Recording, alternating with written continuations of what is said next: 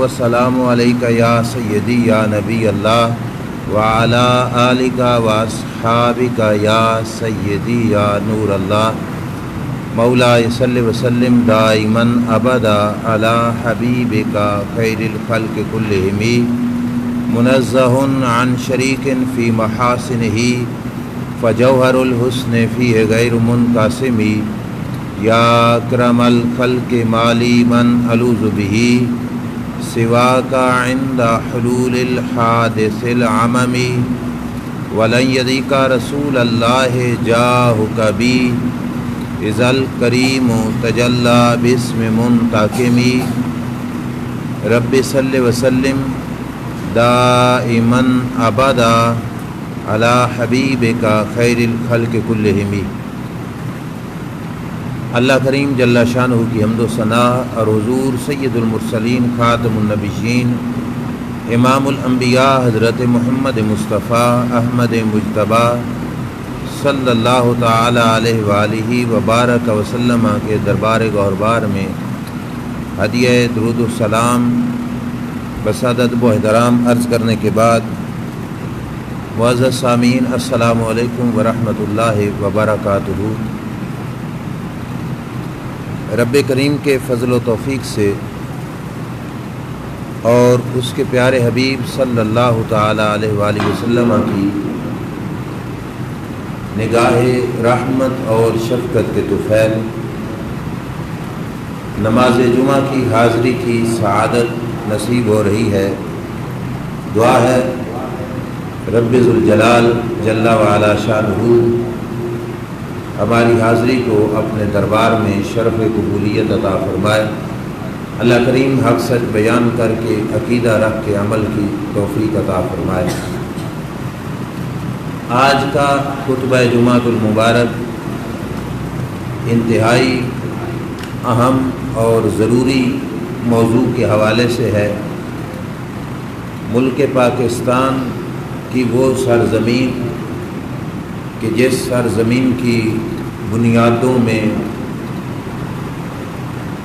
20 لاکھ مسلمانوں کا خون شامل ہے اور 90,000 عورتوں نے اپنی عزتیں قربان کی اور 2 کروڑ لوگ گھر چھوڑ کر ہندوستان میں سے پاکستان میں آئے اور پاکستان معرض وجود میں آیا۔ جس سرزمین پر قربانیاں دینے والوں کی جو مقصد تھا وہ کوئی سیاسی پارٹی کے جالے نہیں تھے بلکہ وہ صرف اور صرف اسلام کے متوالے تھے، اور جنہوں نے قربانیاں فقط اسلام کے نام پر دی، اس سرزمین پر ہندوؤں کے لیے مندر کی تعمیر کا جو بنیاد ہے وہ رکھی گئی، اور اس کے حوالے سے عموماً جو حکمران طبقہ ہے یا پھر ہمارے وہ لوگ کہ جن کو اسلام سے کامل درجے کی شناسائی نہیں اور اسلام سے مکمل طور پہ واقف نہیں، وہ لوگ اس موقع پر اس چیز کو بطور دلیل کے بولتے ہیں کہ اسلام میں غیر مسلموں کے حقوق ہیں۔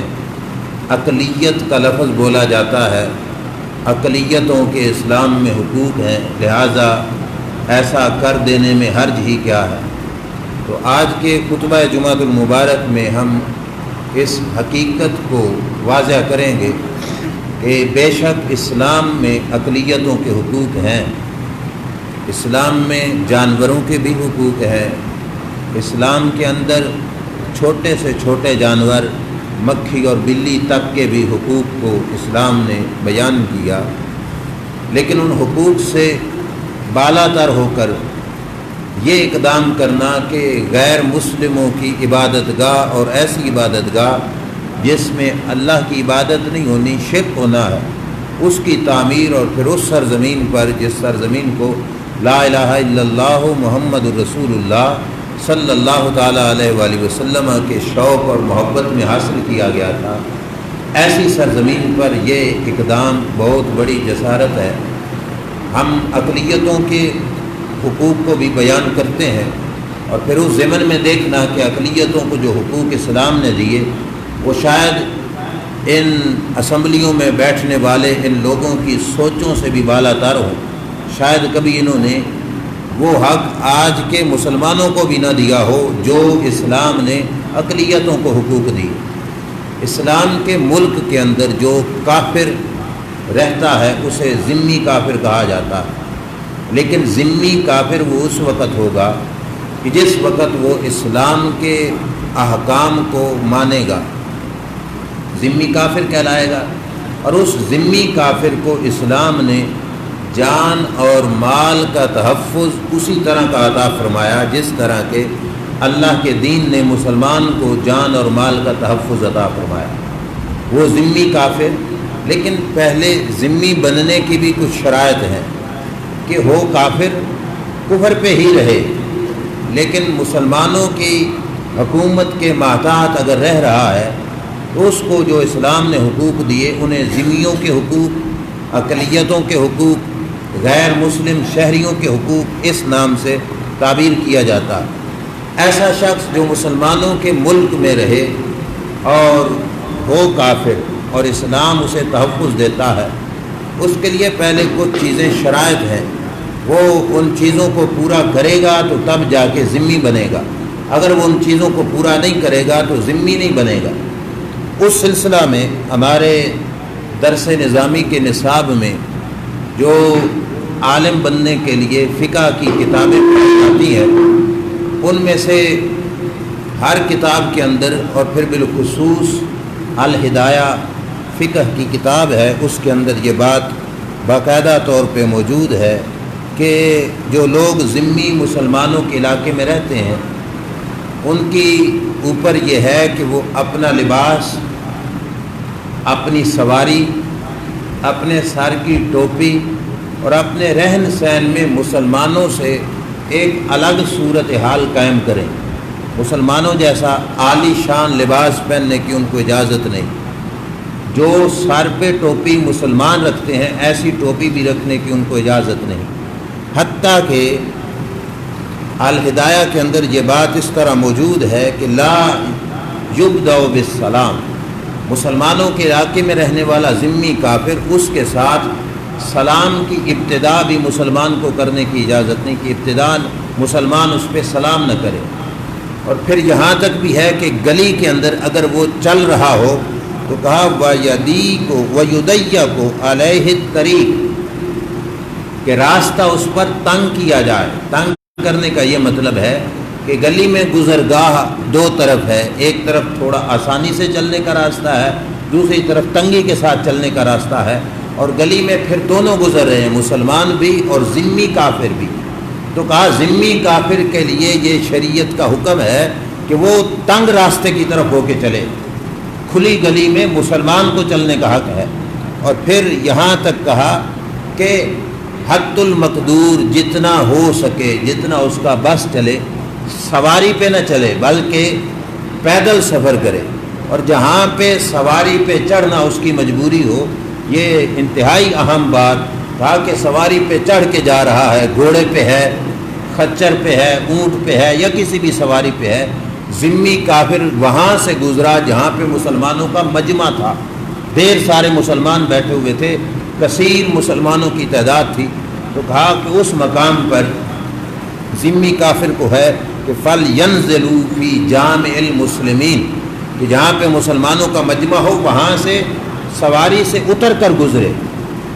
سواری پہ چڑھ کے گزرے گا تو اس کی بڑائی ہوگی، مسلمان نیچے ہیں، فرمایا نہیں، سواری سے اتر کے گزرے جہاں پہ مسلمانوں کا مجمع ہے۔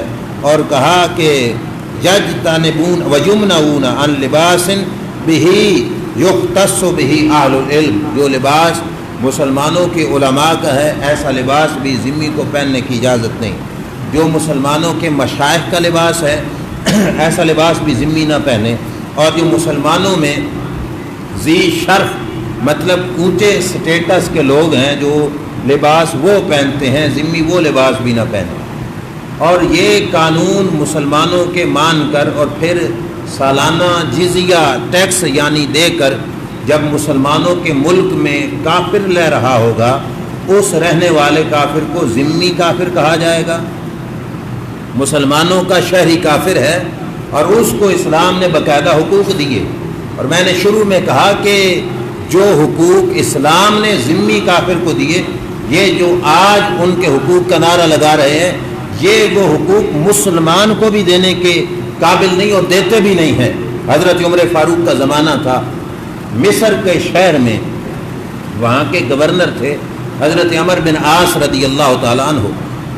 عمر بن عاص یعنی جو گورنر تھے، ان کے بیٹے کی کسی ذمی کافر کے ساتھ لڑائی ہو گئی، اور اس لڑائی کے اندر عمر بن عاص کے بیٹے نے ذمی کافر کو مارا، پیٹا، اس کو کچھ تکلیف پہنچائی، کیس حضرت عمر تک آ پہنچا۔ اب دیکھو ذمی کافر کا جو حق ہے اسلام میں وہ کتنا عظیم ہے، حضرت عمر تک کیس آ کے پہنچا۔ حضرت عمر نے مصر کے گورنر عمر بن عاص کے بیٹے کو بلایا اور بلا کر فرمایا متستعبدتم الناس، فرمایا تم نے لوگوں کو کب سے اپنا غلام بنا لیا ہے؟ وقد ولدتہم امہاتہم احرارا، ان کی ماؤں نے تو انہیں آزاد جنم دیا، تمہیں کیا حق تھا کہ تم ایک ذمی کو مارتے، اس کو تکلیف پہنچاتے؟ یہ کہہ کر حضرت عمر نے اس ذمی کو کہا سرے بزم بدلہ لو اس مسلمان سے، گورنر کے بیٹے سے، کہ اس نے تمہیں تکلیف کیوں پہنچائی ہے۔ یہ ہے ذمی کا حق جو اسلام نے دیا اس کو، یہ حق آج مسلمان کو بھی نہیں ملتا، جو یہاں کی اقلیت نہیں اکثریت ہے۔ یہاں کے مسلمان کو گورنر تو دور کی بات، ایک عام ملازم گولیوں سے مار دے، وہ ملازم بھی چوتھے دن آزاد ہو کر گھروں میں جا کے بیٹھ جاتے ہیں۔ واقعہ سہیوال آپ کے آنکھوں کے سامنے موجود ہے، دور کی بھی بات نہیں، کہ چلتی گاڑی کے مسافروں کو، چھوٹے بچوں کی ماں کو، باپ کو سریعام قتل کیا گیا، اور پھر ان کے مجرموں کو سزا تک بھی نہیں ملی۔ اللہ کے دین نے تو ذمی کو یہاں تک حق دیا۔ حضرت علی المرتضیٰ کا زمانہ تھا، مولا مرتضیٰ شیر خدا رضی اللہ تعالیٰ عنہ کا، ایک ذمی کافر کو مسلمان نے قتل کر دیا، مسلمان کے ہاتھوں سے کافر وہ ذمی، اور جو میں نے پہلے نشانیاں بتائیں ان نشانیوں کے تحت مسلمانوں کے ملک میں رہ رہا تھا، اور ذمی کافر کو مسلمان نے قتل کیا۔ کیس آیا مولا علی کے پاس، حضرت علی المرتضیٰ رضی اللہ تعالی عنہ نے فیصلہ کیا کہ مسلمان کو قصاص میں قتل کیا جائے گا، ذمی کافر کے بدلے میں قصاص میں مسلمان کو قتل کیا جائے گا۔ حضرت علی نے فیصلہ سنا دیا۔ اگلے لمحے میں جو ذمی کافر کے مقتول کے جو ورثاء تھے، وارث تھے، وہ آئے مولا علی کے پاس، وہ کہنے لگے کہ ہمارے جو مقتول ہے اس کے قاتل کو قصاصاً قتل نہ کرو، ہم دیت پر رضامند ہیں، ہمیں دیت دے دیں، ہم نے معاف کر دیا۔ اب جب معاملہ یہاں تک پہنچا، حضرت علی المرتضیٰ رضی اللہ تعالیٰ عنہ نے ان ذمی کافروں کو الگ کر کے پوچھا کہ یہ بتاؤ کہ کیا تمہارے اوپر پریشر تو نہیں ڈالا گیا مسلمانوں کی طرف سے کہ تم قصاص نہ لو، دیت لو، یا تم اپنی مرضی سے دیت پر راضی ہو گئے ہو؟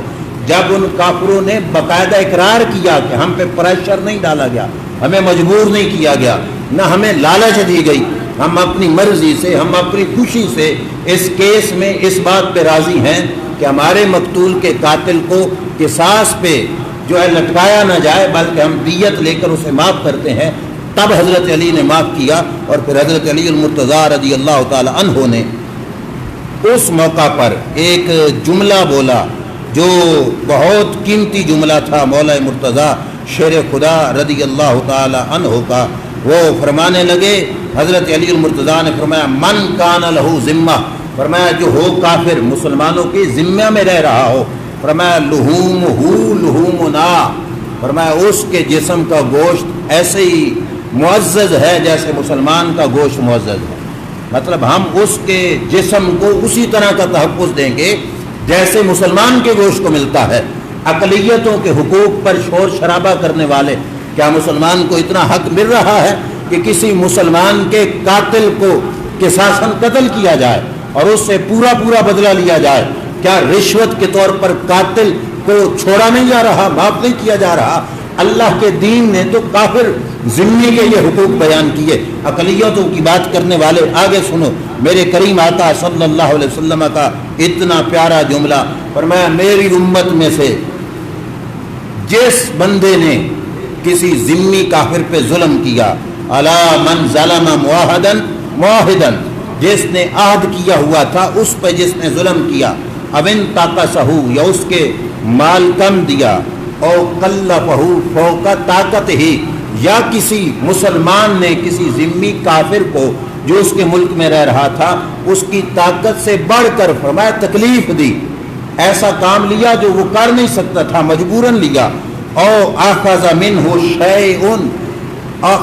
شیئا بغیر طیب نفس، یا اس کی رضا کے بغیر اس کی جیب سے کچھ مال چھینا، وہ خوش نہیں تھا اس ذمی کافر سے۔ اب سرکار نے پوائنٹ بتائے، ظلم کیا، مال کم دیا، یا اس کی طاقت سے بڑھ کے تکلیف دی، یا اس کا مال چھینا ظلم کرتے ہوئے وہ راضی نہیں تھا، فانا حجیجہ یوم القیامہ، فرمایا کل ذمی کافر کی طرف سے قیامت کے میدان میں مدعی میں بنوں گا اور مسلمان مدعا علیہ بنے گا، فرمایا اس کا مقدمہ میں محمد مصطفیٰ لڑوں گا۔ اب یہاں تک مسلمان کے ملک میں اقلیت کو حقوق دیے گئے، یہ حقوق ان کو خبر تک بھی نہیں، ان کو علم تک بھی نہیں کہ اتنا حق ہے کافر کا جو مسلمانوں کے ملک میں رہ رہا ہو، اتنا حق تو مسلمان کو نہیں دیا جا رہا۔ اور میرے آقا صلی اللہ علیہ وسلم نے فرمایا، من قتل معاہدن، جس بندے نے کسی ذمی کافر کو قتل کیا، سرکار نے فرمایا لم یرح رائحۃ الجنہ، فرمایا وہ کلمہ پڑھنے والا مسلمان جنت کی خوشبو بھی نہیں پائے گا۔ ذمی کافر کو مارا، قتل کیا، فرمایا وہ شخص کبھی جنت کی خوشبو بھی نہیں پائے گا۔ اور حضرت عمر کا دور تھا، گشت کر رہے تھے گلی میں، دیکھا کہ بازار میں ایک بوڑھا شخص جو کام کرنے کے قابل نہیں، وہ زمین پہ بیٹھا بھیک مانگ رہا ہے۔ اب یہ پیغام میں حکمرانوں تک نام کر رہا ہوں، یہودی تھا، ذمی تھا، کافر تھا، مسلمانوں کا ملک تھا، اور ریاست مدینہ کا امیر المومنین عمر فاروق نے دیکھا کہ ایک ایسا غریب جو کام کاج کرنے کے قابل نہیں بازار میں بیٹھا بھیک مانگ رہا ہے۔ حضرت عمر نے دیکھا تو فرمایا اٹھ میرے ساتھ چل، دارالحکومت دارالخلافہ میں لے کے گئے، اور ادھر لے جا کر اپنے حکومت کے نگرانوں کو کہا کہ جب تک یہ کام کاج کرتا تھا، کمائی کرتا تھا، تم اس سے ٹیکس لیتے تھے، آج کمائی کے قابل نہیں ہوا تو اسے بے جار و مددگار چھوڑ دیا گیا کہ یہ بھیک مانگ رہا ہے۔ فرمایا خبردار، آج کے بعد یہ بھیک نہیں مانگے گا، حکومت کے بیت المال سے اسے ماہانہ وظیفہ ادا کیا جائے گا۔ یہ ہے اسلام، اور یہ ہے اسلامی ریاست، اور یہ ہے اسلامی ریاستوں کے سربراہ کہ جنہوں نے ایک کافر کو بھی بھیک مانگتے دیکھا تو ان سے برداشت نہیں ہوا۔ اقلیتوں کے حقوق کی بات کرنے والے نام لحاظ مسلمان، کیا ہمارے ملک، پورے ملک کو چھوڑو، پورے صوبے کو چھوڑ دو، پورے ضلع کو چھوڑ دو، شہر کو بھی چھوڑو، ایک بستی میں دیکھو کتنے لوگ ایسے ہیں جو بڑھاپے کی ایسی عمر کو پہنچ چکے کہ کمائی نہیں کر سکتے اور بھیک مانگنے پہ مجبور ہیں۔ کبھی کسی حکمران نے ان کا ہاتھ تھاما، کبھی ان کو ماہانہ وظیفہ دیا۔ یہ حق تو اقلیتوں کا تھا جو آج اکثریت کو بھی نہیں مل رہا۔ مندر کی بنیادیں رکھ کر یہ دعویٰ کرنا کہ یہ اقلیتوں کا حق ہے، یہ سراسر بدماشی ہے، ظلم ہے اسلام پر۔ جس چیز کی اسلام نے اجازت نہیں دی اس کو کرنے کی کیا ضرورت ہے؟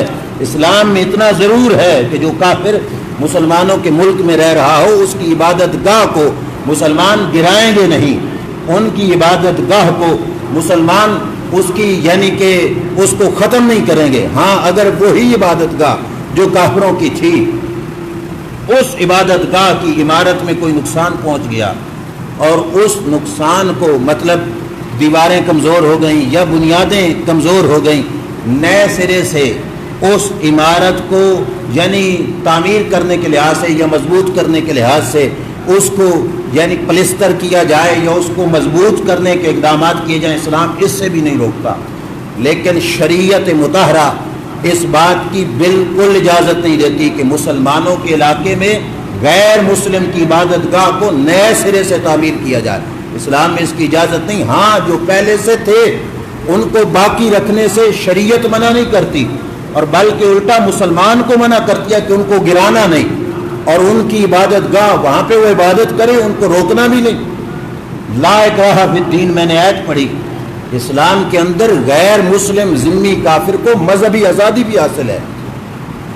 یہ جملہ آپ نے اوروں کی زبان سے بھی سنا ہوگا، لیکن ڈنڈی ماری جاتی ہے۔